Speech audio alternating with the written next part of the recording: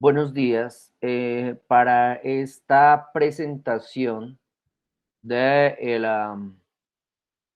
la exposición Luis Ospina Collage Postmoderno Permanente 1970-2019, que les estoy haciendo por invitación de Santiago Rueda, voy a compartirles unos links en el chat, un link relacionado con con la exposición de la que procede esta exposición, de la investigación exposición, más bien, de la que procede la exposición actual, que se está realizando desde el 8 de octubre hasta el 24 de noviembre de 2021 en el Museo de Artes Visuales de la Jorge Tadeo Lozano. Les comparto la página web que reunió la información de la exposición inicial, una exposición que jamás se materializó, sobre todo por que se le atravesó la pandemia, y que de la cual derivó un capítulo, una exposición que tiene más o menos 45 piezas, de la cual derivaron 16 para la realización de la muestra que actualmente está funcionando en la Tadeo. Entonces les comparto los links para que vean como antecedentes de la muestra actual. El primer link es el de la página en reemplazo donde anunciaba la exposición Luis Ospina, El corolario es casi inevitable, 1970-2019. En esa página ustedes van a encontrar un video que es con el cual reemplazo el texto curatorial convencional de Salas. Viene a ser como el plotter pegado en la pared que está mal escrito para que nadie lo lea. En mi caso traté de escribir bien y hacer un video para que este video presentara la exposición. A su vez, en esa página van a encontrar un video realizado a modo de videoensayo por parte de Pedro Adrián Gaitán, crítico de cine, Andrés Isaza Giraldo, realizador, donde les invité a que trabajaran en torno a la obra de Luis Ospina para que hicieran su interpretación del proyecto, del proyecto de revisar el trabajo de Luis Ospina, pero no bajo la perspectiva de una retrospectiva de películas completas, sino más bien extraer fragmentos de la obra de él para entender su relación con la producción de arte contemporáneo. En el siguiente link que les envío, ya viene a ser la página que contraté para presentar la exposición Luis Ospina, el corolario es casi inevitable, 1970-2019, donde se reúnen todas las piezas y capítulos de la investigación que hice, la que comentaba Santiago Rueda, una investigación de premio de curaduría histórica que me permitió con recursos de la Gilberto Alzate Bendaño, es decir, de los bogotanos, que me permitió revisar toda la obra de Luis Ospina a partir de varios componentes. Luis Ospina y su relación con el video, Luis Ospina y su relación con la producción de narración histórica, sea a nivel de biografías, sea a nivel de historia de ciudad o de país. Luis Ospina como antropólogo visual, casi que un analista de la lucha de clases en el país. Y Luis Ospina como videoartista en propiedad.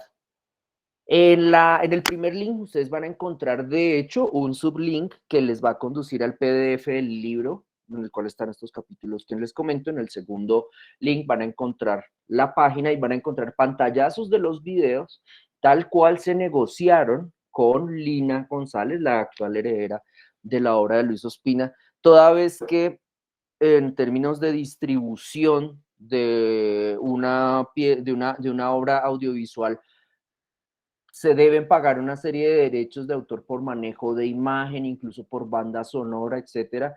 Entonces, respecto a la negociación que yo hice para esa investigación preliminar, yo alcancé a hablar con Luis Ospina antes de su muerte y hice una negociación que parecía más de buena fe que comercial. Quiero decir, me negoció muy baratos los derechos de uso de su imagen. Si fuera en términos comerciales, no sé, con el actual Ministerio de Cultura Naranja, la negociación de derechos de uso de imagen de una obra como la Luis Ospina sería básicamente impagable porque pues cobrarían como esta vida y la otra, pues como suele suceder en el Ministerio de Cultura Naranja. Entonces, logré negociar, sí, un pago de derechos bastante económico, pero ello me implicaba que la página de Vimeo donde yo alojara los videos no permitiera ni la adición en colecciones ni la descarga de los mismos. Por lo tanto, contraté esa página, es carísima, la contraté y ya murió el contrato. Entonces, lo que ustedes van a ver en el segundo link son pantallazos de los videos de las películas tal cual se mostraron. Ahora bien, respecto a la exposición que actualmente está funcionando en la Universidad Jorge Tadeo Lozano, les voy a presentar el primer capítulo. Santiago, si su merced quiere, les puede compartir, porfa, la página de sala para que ellos vean, vayan viendo el plano también. Mientras yo aquí les presento, es una pastilla de 8 minutos que presenta a grandes rasgos la estrategia curatorial que asumí con la obra de Luis Ospina. Uno, presenté 16 piezas de video como video, es decir, dentro del video mismo se incluye la ficha técnica de las obras.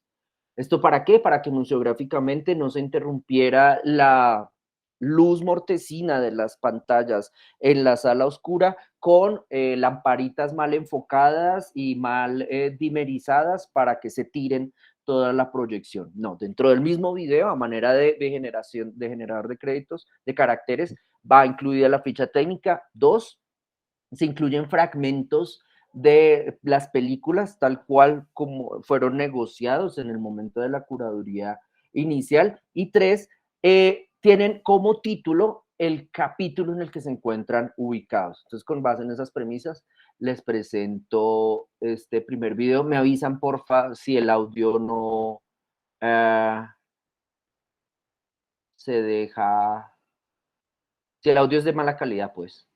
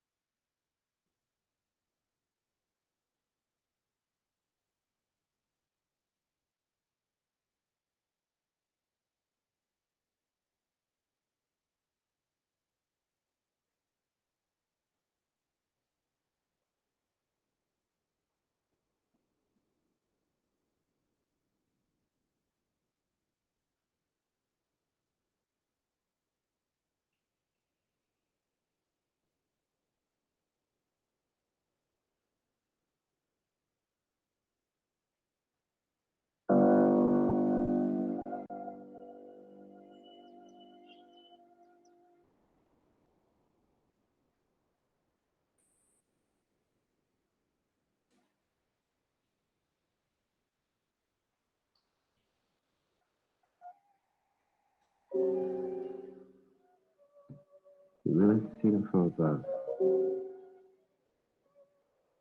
I never suspected for a moment you'd watch them from up here. Be careful of their fronts.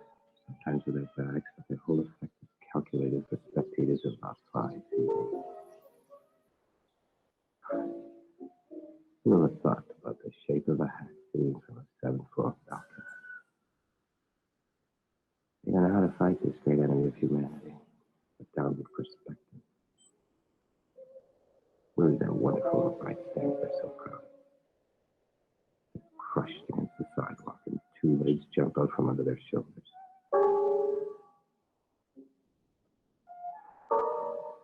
On a 7th-floor balcony. That's where I should have spent my whole life. All my life, I've been beating against closed doors, above which is written no entry. not a human. I had to abandon all I'd undertaken. I had to choose. Either it was an absurd and ill-fated attempt, or sooner or later it had to turn to their profit. I couldn't succeed in detaching from myself thoughts I did not expressly destine for them. In formulating them, they remained in me a slight organic movement. Even the tools I use, I felt belonged to them. Words, for example. I want my own words, but the ones I use have dragged through I don't know how many consciences.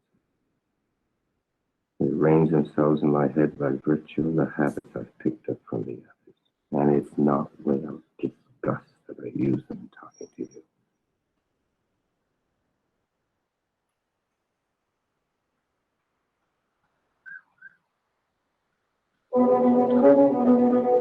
Everything went along much better, starting from the day I bought a revolver. You feel strong when you carry something that can explode and make a noise. I never went out without my gun. I simply put it in my pants pocket and then went out for a walk. I found it pulling at my pants like a crab. I felt it cold against my thigh. But little by little, it got warmer with the contact of my body. I walked with a certain stiffness, like a man with a hard-on, with its thing sticking out at every step.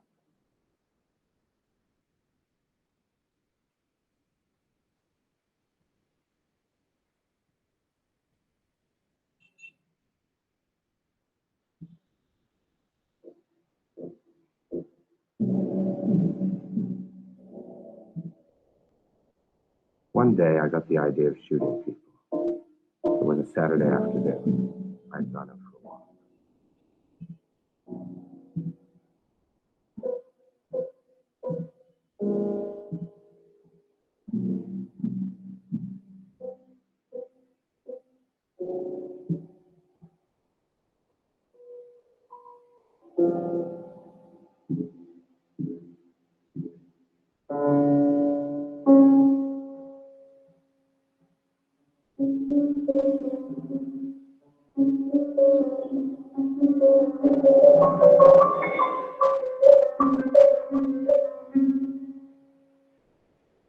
Crowd came up slowly.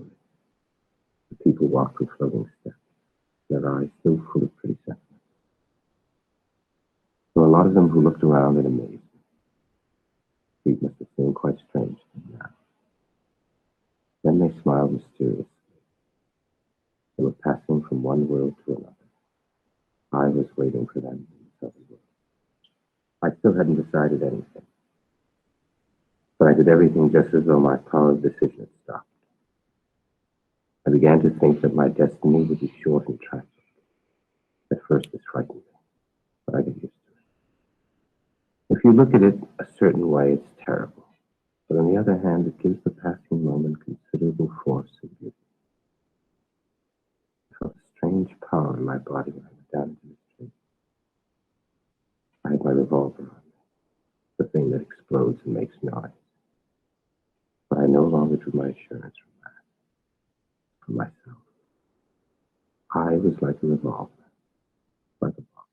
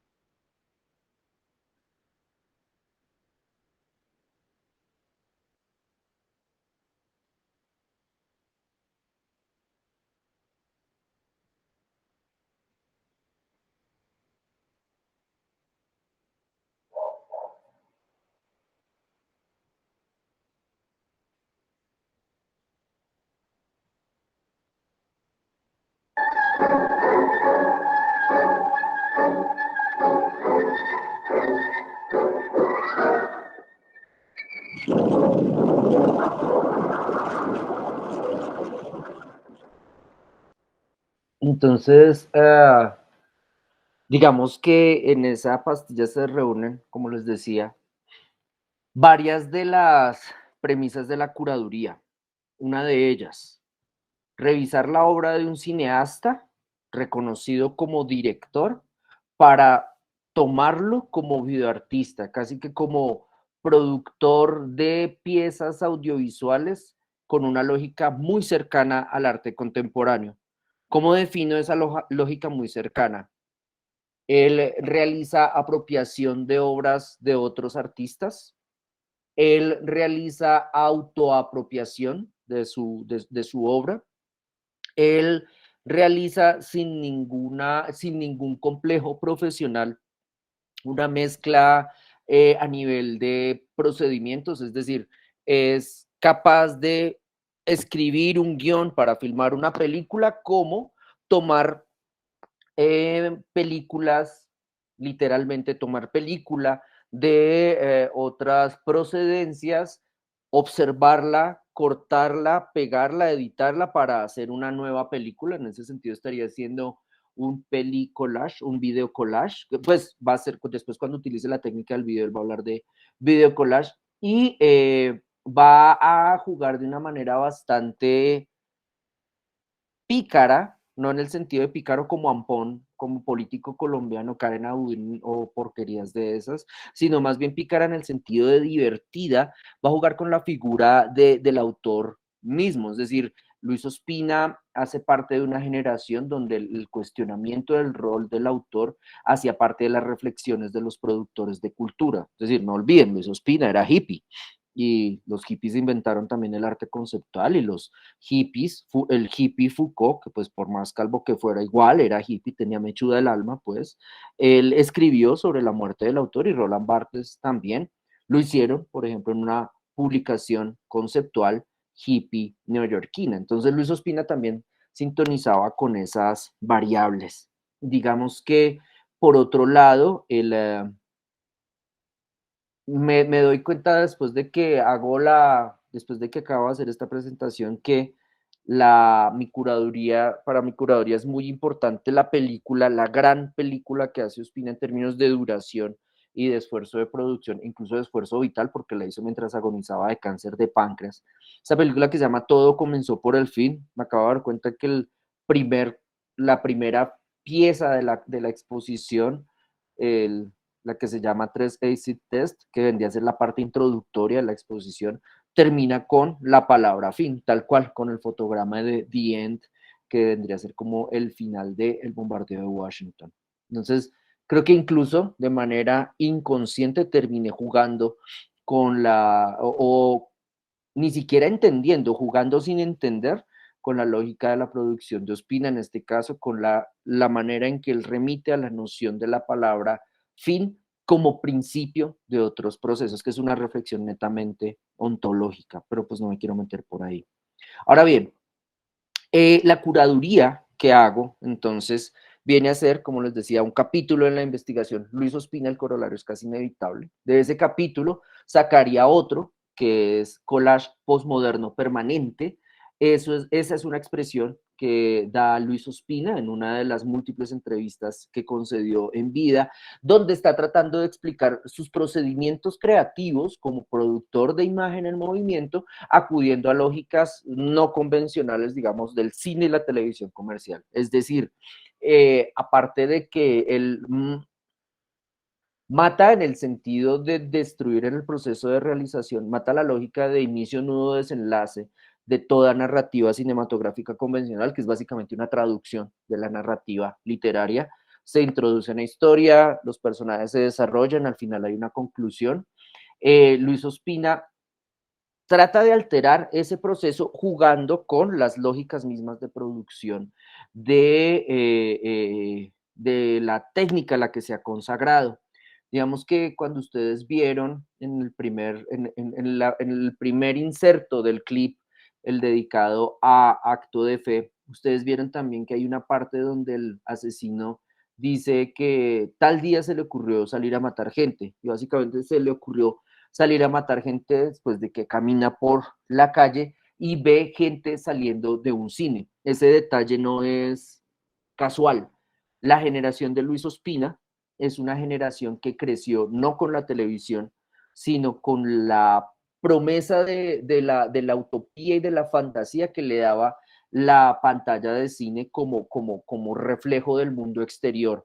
Digamos que ustedes ahorita ni siquiera ven televisión, ustedes ven computador, pues cuando tienen clase y cuando miran el computador, pero generalmente ustedes sobre todo se relacionan con su celular. Digamos que si quisieran traducir la experiencia de conocimiento del mundo exterior y alguien de ustedes dice como, no, a mí me gusta ir a la sala oscura del cine y tener la experiencia de encontrarme con mis héroes, etcétera, sería visto como un geek o como un hipster trasnochado que venía de Bogotá. En Bogotá no triunfó, se fue para Ibagué para esconderse de su propio fracaso, o verían nada, a un nostálgico raro, a un nostálgico tecnológico.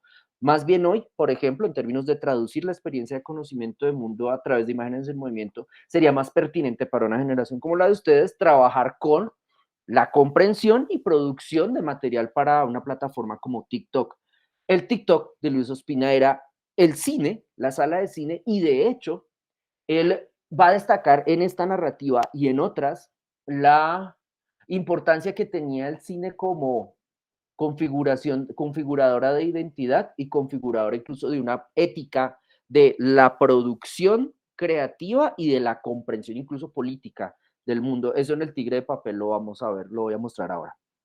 De hecho, esa actitud tenía un nombre, se llamaba cinefilia, y la cinefilia era básicamente eso, como generar relaciones de compadrazgo y pandillaje con amigos que también veían las mismas películas, generar erudición a través del visionado de las películas y a través de la discusión, la conservación y la conversación, generar procesos de gestión. Por ejemplo, vamos a hacer cine, por ejemplo, vamos a hacer un cineclub, por ejemplo, vamos a hacer una revista de cine. Ospina lo hizo las tres cosas, de hecho. Entonces imaginen ustedes ahora que para su generación hay una TikTok filia y ustedes dicen, voy a hacer clips para TikTok, voy a hacer teoría sobre los clips de TikTok, como crítica de TikTok, y además voy a gestionar un apartamento para que haya webcamers de TikTok. Entonces, más o menos como el modelo, pues aplicado a esta plataforma de producción de imagen en movimiento. Entonces, en ese sentido, parte de lo que destaco de la obra de Luis Ospina a lo largo de esas 16 obras que están en esa hoja de sala que ustedes están viendo, es la forma como él entiende y teoriza sobre la producción de imagen en movimiento, tratando, por un lado, además de vincularse con un espíritu claramente interdisciplinario. Luis Ospina sí tenía que hacer referencia a la obra de un artista como Andy Warhol, que a la vez que hacía serigrafía sobre las cuales pintaba, a la vez que hacía serigrafía, ilustración, fiestas en su factory, distribuía anfetaminas entre sus amigas locas, diseñaba y organizaba fiestas drag queen y además hacía video. Luis Ospina se comprometía con esas premisas para realizar su trabajo y ese compromiso es básicamente lo que yo quiero analizar en la curaduría que presento ahora en la Tadeo. Para analizar ese compromiso, entonces, construyo 5 capítulos. La parte A, la introductoria es 3 acid test, la que ustedes vieron. La segunda parte es video collage con imagen propia, donde básicamente pongo en contraste un segmento de Agarrando Pueblo, 1978, donde sale Dudman Alberto Murillo, un fakir caleño que vive de someter su cuerpo a tortura física, es decir, se pone vidrio en la cara, salta a través de cuchillos, escupe fuego. Y al lado de esa pantalla pongo en la sala de exposición un fragmento de Ojo y Vista, Peligra la vida del artista, una película que Ospina hizo 10 años después, en 1988, donde junto a Dudman Murillo, el personaje real, dialogan frente al visionado de Agarrando Pueblo para que Murillo construya la narrativa de la película, casi que Ospina le cede al personaje, le cede el rol de guionista, director, es decir, hay una gran como relectura de la teoría de la producción de la imagen, no es simplemente Luis Ospina lleva al pobre a su casa y le dice, venga, usted que es pobre e indigente y negro y chiquito, hablemos sobre usted cuando yo lo filmé hace 10 años y burlémonos de usted, que es generalmente como se nos suele mostrar el contacto de clases sociales, por lo menos en nuestra televisión. Vean, por favor, en clave de lucha de clases, Betty la Fea, Pedro el Escamoso, Los Reyes y todo, el carro, el paseo y todas estas mierdas de Dago García, pues para que entiendan cómo la relación entre clases altas y clases, entre clases altas y clases bajas es básicamente la de la burla y el desprecio mutuo.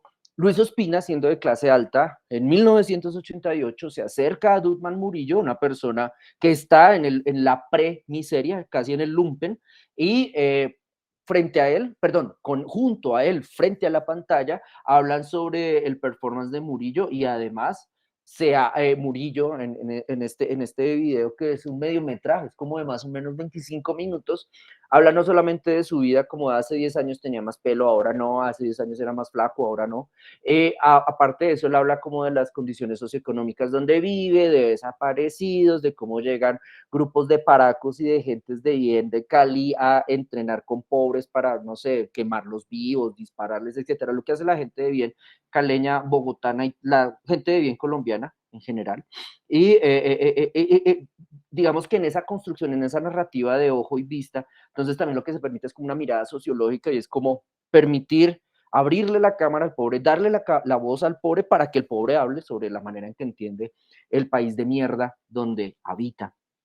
El último segmento, el del bombardeo de Washington, es un segmento que, como lo explico en el clip, hace parte, como que procede de lo anecdótico, ¿no? Luis Ospina se encuentra unas películas de propaganda de Guerra Fría y él lo que hace es cortar y pegar para generar una narrativa que no estaba en la producción original. Vemos que ayer que estaba dando una visita guiada en la Tadeo, yo les decía que es como si ¿cómo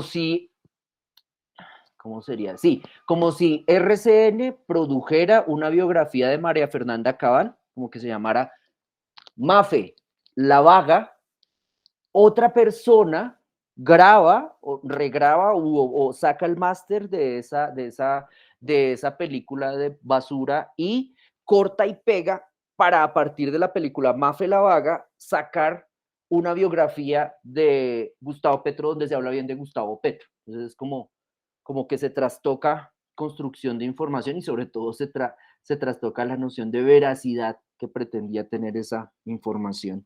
Entonces, digamos que por otro lado, esta introducción, esta trilogía, de hecho, me permite marcar otros elementos significativos de la obra de Luis Ospina desde sus comienzos.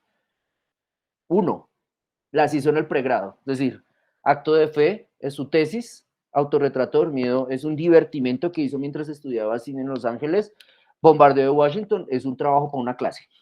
Como si ustedes desde ya están haciendo trabajos para dentro de 40, dentro de 50, dentro de 60 años, poder recuperarlos como orígenes de su propia obra. Segundo, Luis Ospina ya en estos trabajos estaba relacionando deliberadamente con el arte contemporáneo, es decir, él conoció la obra de Andy Warhol viendo ciclos de cine dedicados a Andy Warhol y decidiendo, después de ver las películas, hacer un homenaje explícito a ese tipo de trabajos. Él no tenía el complejo que solemos tener los de pública, que es como, ay, soy pobre y vivo lejos, jamás voy a ser famoso, nunca voy a estudiar con gente de los Andes, por lo tanto no voy a triunfar.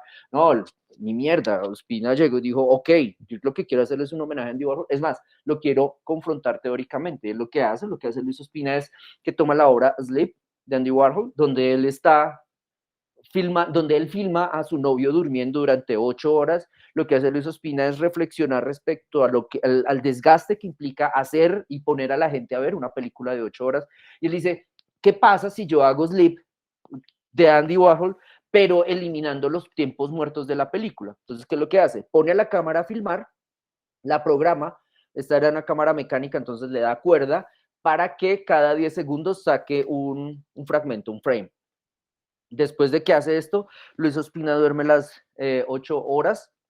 La cámara estuvo filmando 8 horas. Al final él lo que hace es reunir, ni siquiera reunir, la cámara es la que reúne eso porque ella es la que hace todo el trabajo y mira el corte que da, y el corte es básicamente de 3 minutos. Ahí él entonces homenajea a un maestro del arte contemporáneo de su tiempo, produciendo una obra relacionada con el maestro homenajeado. Imaginen que ustedes quieren homenajear a María José Arjona y dicen como, voy a hacer un performance donde yo sí voy a mirar bien a la gente y no la voy a mirar con cara de asco. Y hacen ese performance. Es como, ¡oh! Lo lograron. Es fácil homenajear, imaginar que a María José Arjona tiene cara chévere y que no performa su cara de amargura eterna en sus performances, y a su vez ustedes hacen una obra propia. Por otro lado, tenemos que, para cerrar esta introducción, encontré a lo largo de la investigación que Luis Ospina trabajó en su etapa inicial, en su trilogía inicial, trabajó con 3 problemáticas que en la actualidad, bueno, antes de la pandemia, porque yo ya no puedo hablar de actualidad, hasta antes de la pandemia eran bastante apremiantes para la cultura contemporánea. El balaceo indiscriminado por parte de jóvenes en los Estados Unidos, el control del sueño, la producción de noticias falsas. Entonces, respecto al balaceo, acto de fe tiene que ver, sí, con la adaptación de un cuento de Sartre, que es un cuento existencialista, donde un man, pues ustedes vieron, ¿no? Como un joven burgués no tiene nada que hacer con su vida, no tiene ni siquiera que trabajar para comer o mendigar para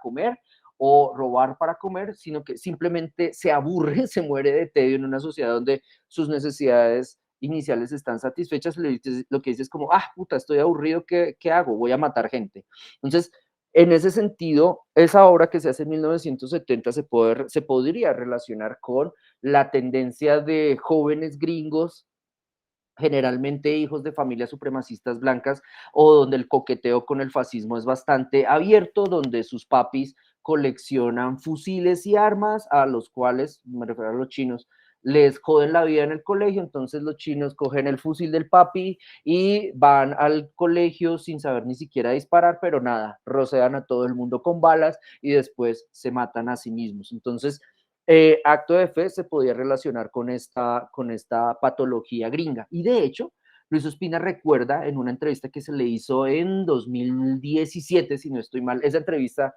para la transcripción de lo que voy a hablar está en el libro que les decía que cuando él era joven él tenía un amigo que era un rico loco caleño, que le decían el gordo Caicedo, que era un man que se creía soldado gringo y que cuando hartaba, pues se volvía un hijo de puta. Y un día Hincho llegó a donde había unos mariachis en Cali y pues nada, fue a contratar los mariachis, pero como estaba Hincho, ya estaba hecho pues una loca de mierda, básicamente se agarró con los manes, no sé qué, estaba armado, lo agarró a tiros, mató a un mariachi, llegó la policía del gordo, se mató a tiros con la policía caleña. Entonces esa anécdota también está detrás de de la mitología de construcción de Acto de Fe, una película que, insisto, era una pieza realizada en el pregrado de Luis Ospina.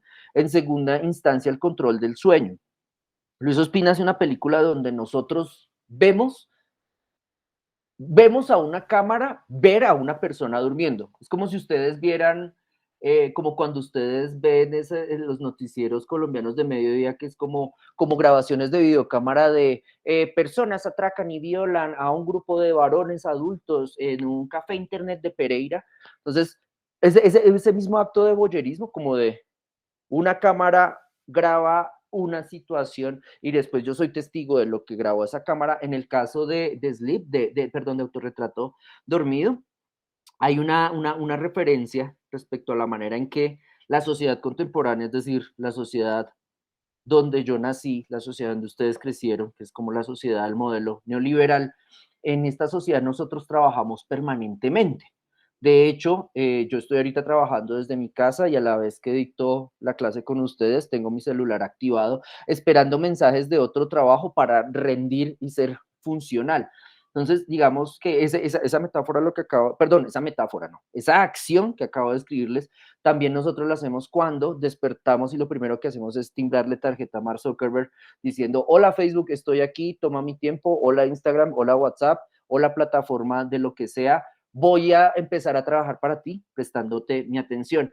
Entonces, dentro de esa lectura de la invasión de todos los espacios cotidianos de la economía capitalista, pareciera que la última frontera es el sueño, pero, oh sorpresa, el neoliberalismo capitalista no está dejando de lado ello. Digamos que pues ya a ustedes les ha pasado, a mí también, a sus hijos les va a pasar, pues si les da por parir. Eh, Nosotros ya soñamos en términos de película gringa, nosotros soñamos con narrativa gringa. Digamos que nosotros no soñamos con narrativa de dibujo animado de la Unión Soviética después de la revolución bolchevique, que sería el putas, ¿no? Como soñar en cubista, sino que nosotros soñamos una novela, una novela donde somos directores y guionistas y de hecho a veces soñamos productos y campañas publicitarias, como cuando ustedes se sueñan un jingle o se sueñan una propaganda publicitaria. Además de eso, de que en nuestro sueño ya no perdemos contacto con la realidad capitalista que nos rodea. Por otro lado, respecto a la investigación del sueño, ahí yo menciono un libro de Jonathan Crary que se llama 724 o 24/7, ahorita no recuerdo la combinación de números, donde él dice que hay actualmente experimentos respecto al control del sueño para lograr que nosotros seamos los consumidores perfectos, que jamás dejemos de consumir y que incluso cuando estemos durmiendo estemos consumiendo. Es como, imagínense ustedes tomando una clase por mí durmiendo, por ejemplo. La última relación con teoría contemporánea, perdón, con vida contemporánea es la producción de fake news, que es básicamente lo que les decía, ¿no?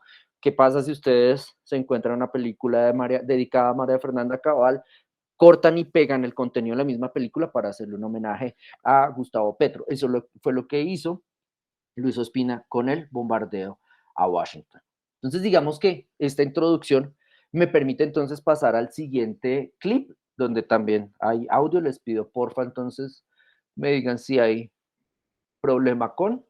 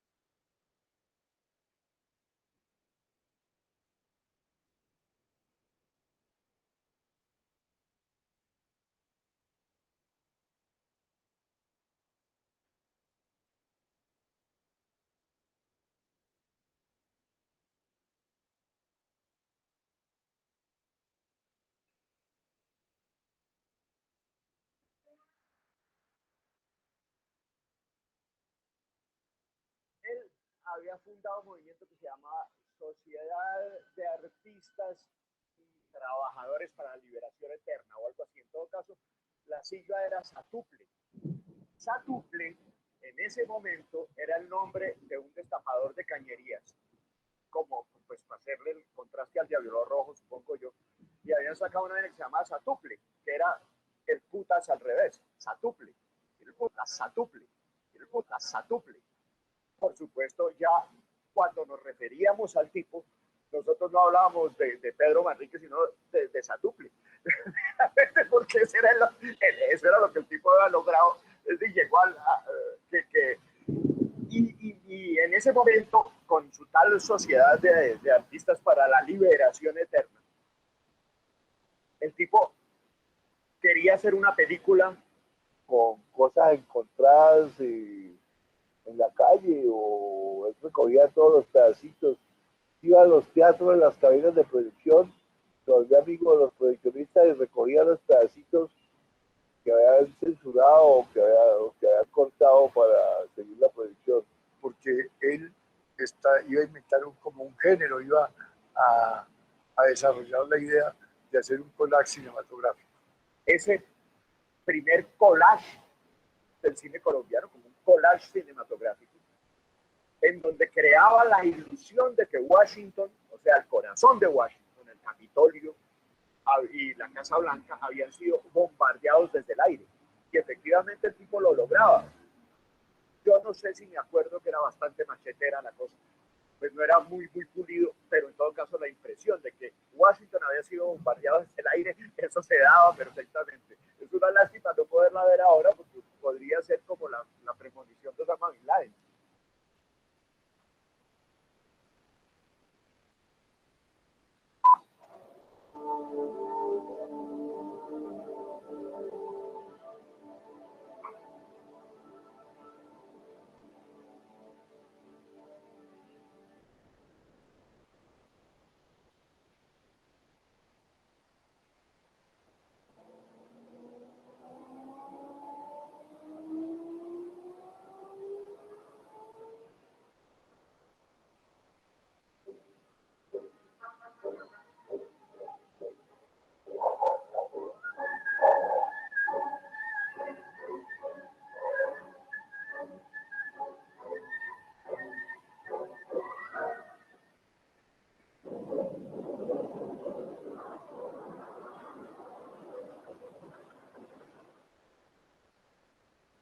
Entonces, en ese, digamos que una de las cuestiones que aparece en ese clip, que de hecho hace parte de la tercera parte de la exposición, que se llama Video Collage con imagen propia y ajena, ya la pregunta que podría hacerse el espectador es, yo ya vi eso, ¿por qué me están mostrando eso de nuevo? Porque yo vuelvo a ver unas imágenes que ya había visto al comienzo de la exposición, porque vuelvo a escuchar incluso los mismos sonidos relacionados con esas imágenes.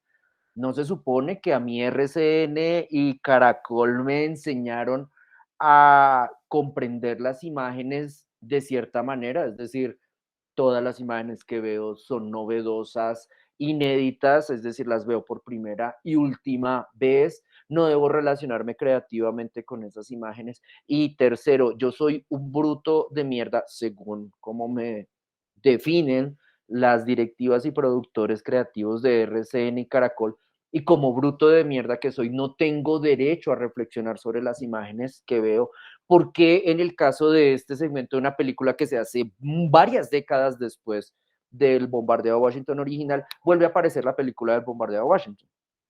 Entonces lo que yo hago en la presentación de ese fragmento, de ese segmento, es establecer cómo Luis Ospina analiza su propia obra para poder incluir la misma narrativa, la del bombardeo de Washington, por ejemplo, dentro de otra narrativa donde tiene objetivos completamente diferentes. La premisa de Un tigre de papel, ustedes ya se la saben, Un tigre de papel es una película que hace Luis Ospina con base en un personaje de ficción que se inventan Lucas Ospina, de hecho sobrino del director, François Boucher, Bernardo Ortiz, Carolina Sanín, jóvenes que en esos momentos estaban estudiando en la Universidad de los Andes, responden a una tarea de la universidad con el proyecto Pedro Manrique Figueroa, inventor del collage en Colombia, precursor, perdón, del collage en Colombia, configuran ese personaje. De hecho, Carolina Salín, que sí es la Carolina Salín que se agarra con todo el mundo en Twitter y en Facebook, esa Carolina Salín que antes era chévere, escribió la biografía de Pedro Manrique Figueroa, estableciendo su vida a partir de unos orígenes oscuros, como pasa como cuando los ricos hablan de los pobres, ¿no? Entonces, como, no, ese man apareció de la nada y no tenemos idea como de su genealogía, es un ser de la oscuridad. Entonces, Pedro Manrique Figueroa parece que nació en Choachí y era niño cuando se presentaron las azonadas del Bogotazo después del asesinato de Jorge Eliezer Gaitán. Desarrolla una vida intelectual entre cafés, vanguardias artísticas, intelectuales, alcohólicos, siendo él mismo también alcohólico desde muy joven, y además hace collage. Y por otro lado, Pedro Manrique Figueroa, como todos los pobres, cuando los ricos describen la vida de los pobres, desaparece otra vez en las penumbras después de ofrecerse a él como cuerpo, como sujeto de colección del Museo Nacional. Es decir, al final de sus días, Pedro Manrique Figueroa va al Museo Nacional, golpea y le dice al celador: yo soy una pieza de museo, mi obra soy yo, ustedes tienen que recibirme. Entonces, cuando ustedes ven un tigre en papel, esa es la premisa. Ustedes dicen: listo, ok, es una ficción sobre una ficción, todo bien, esto es metanarrativo. Pero resulta que en la metanarración, Luis Ospina, acuérdense que él está jugando con la noción de autor, ¿no? Él trabaja con un personaje creado por un familiar y desarrolla una historia de Colombia desde 1934 hasta 1982, si no estoy mal, donde relaciona personas del mundo real, como por ejemplo la crítica de arte Marta Traba, con personajes del mundo real, como por ejemplo funcionarios del Partido Comunista, como por ejemplo personas como Camilo Torres, que es nuestro Che Guevara, como por ejemplo las las prácticas performativas de los nadaístas en espacios de contacto social, como los cafés que estaban en el centro de la ciudad de Bogotá, etcétera. Entonces, lo que hace Luis Ospina para cumplir con esa premisa dentro de un tigre de papel, él no tiene ningún problema con decir: ah, manica, yo tengo una obra que hice hace 30 años, voy a la obra y la meto dentro de la narración, y es más, cuando la meto dentro de la narración, la meto de manera funcional, ¿sí? No es como el corte y pegue chambón de un estudiante de artes de pregrado en la actualidad, así que es como: ah, no importa, la gente me habrá de entender, y si no me entienden, pues que se jodan, que eso después lo voy a vender en la feria del millón. No, en este caso, Luis Ospina construye entonces el relato de las cabezas parlantes que van contando cómo Pedro Manrique Figueroa se hace amigo de los proyeccionistas para que le dieran los pedazos de las películas, cómo en ese proceso de apropiación consideraba incluso que estaba realizando una tarea vanguardista, entonces estaba inventando el video collage, o realizando los primeros, o el primer video collage en Colombia, etcétera. Como en ese caso lo que sucede es, sobre todo, una propuesta de construcción de imagen donde dentro de los insumos que va a tener Ospina para hacer su imagen va a estar la propia obra. Él se va a citar a sí mismo, que es una práctica netamente posmoderna, ¿no? Entonces, ahí digamos que ese clip me permite redondear la narrativa de la exposición, y me permite a su vez como dialogar con las personas que se dedican a ver la exposición. Digamos que esta exposición tiene un problema para las personas que no tienen tiempo y además tienen celulares con datos, y es que la exposición exige, para ser vista y entendida, exige un recorrido de más o menos hora y 20 minutos, donde las personas ven, según el mapa, el plano que ustedes tienen ahí, ven los diferentes capítulos de la exposición y van entendiendo a través de las introducciones como el relato que yo les quiero mostrar, que es un relato que cierra en 2019, año en el que Luis Ospina aún no ha muerto, pero estaba dictando la que sería la que es una obra que se estrenó de manera póstuma, que se llama El ojo del turista, 13 piezas fáciles, que esa sería la sección E1 del plano que ustedes están viendo, que consistía básicamente en el utilizar la oportunidad del viaje que tenía Luis Ospina después del estreno de Todo comenzó por el fin, para promover la película en Lejano Oriente. Entonces, como que el man tiene la posibilidad de hacer este viaje de trabajo. Él decía entonces ir con su pareja, Lina González, artista, decirle: hey, vamos a viajar a Oriente, vamos a hacer algo en ese viaje, no simplemente vamos a tirarnos la plata y hablar mierda y ya en los lanzamientos, pues, sino vamos a producir una obra a partir de, y entonces ahí se plantea una premisa que es como una premisa que quedó, me parece a mí, trunca respecto al desarrollo que pudo haber tenido en la obra de Ospina, y es que él decide junto con su novia trastocar la premisa de que cuando nosotros imaginamos a un oriental que está haciendo turismo, por ejemplo en Bogotá, y no está haciendo negociación de robo de recursos, perdón, robo no, expropiación de recursos naturales, no sé, minas de coltán, pedazos de selva en la Amazonía o el Chocó. Si ese japonés, si ese chino, si ese oriental, si ese mongol vienen a Bogotá, van a venir y van a estar con una cámara y van a mirar a Bogotá a través de la cámara. Entonces, ese tropo, que es un tropo absolutamente racista que tenemos los occidentales contra las personas de Extremo Oriente, ese tropo es el que Ospina y Lina González quieren trastocar para ellos entonces ir a Oriente, obviamente trabajar en el lanzamiento de Todo Comenzó por el Fin, pero también grabar orientales. Entonces, la mirada del turista, 13 piezas fáciles, son 13 ensayos, 13 videoensayos, donde Ospina y González van con su cámara y filman, no sé, orientales haciendo ejercicio en un parque público, orientales bajando por un ascensor durante 3 minutos, orientales en el metro, orientales comiendo noodles, orientales caminando por la ciudad, etcétera. Y realizan esta pieza, Ospina y González, y ya para su estreno, que esta película se estrenó hace un año en la Cinemateca de Bogotá, ya para su estreno presentaron entonces las 13 piezas en una videoinstalación inmersiva donde uno iba viendo a medida que iban avanzando los capítulos, estos estaban orientados como siguiendo los puntos cardinales, entonces uno veía un clip de 3 minutos, se acababa, pasaba al siguiente, daba la vuelta, después daba la vuelta, después daba la vuelta y así en 13 ocasiones. De esa hora entonces yo logré presentar Selfish, que es un segmento de 3 minutos donde Ospina plantea ese proceso de observación. Entonces, denme un momento, lo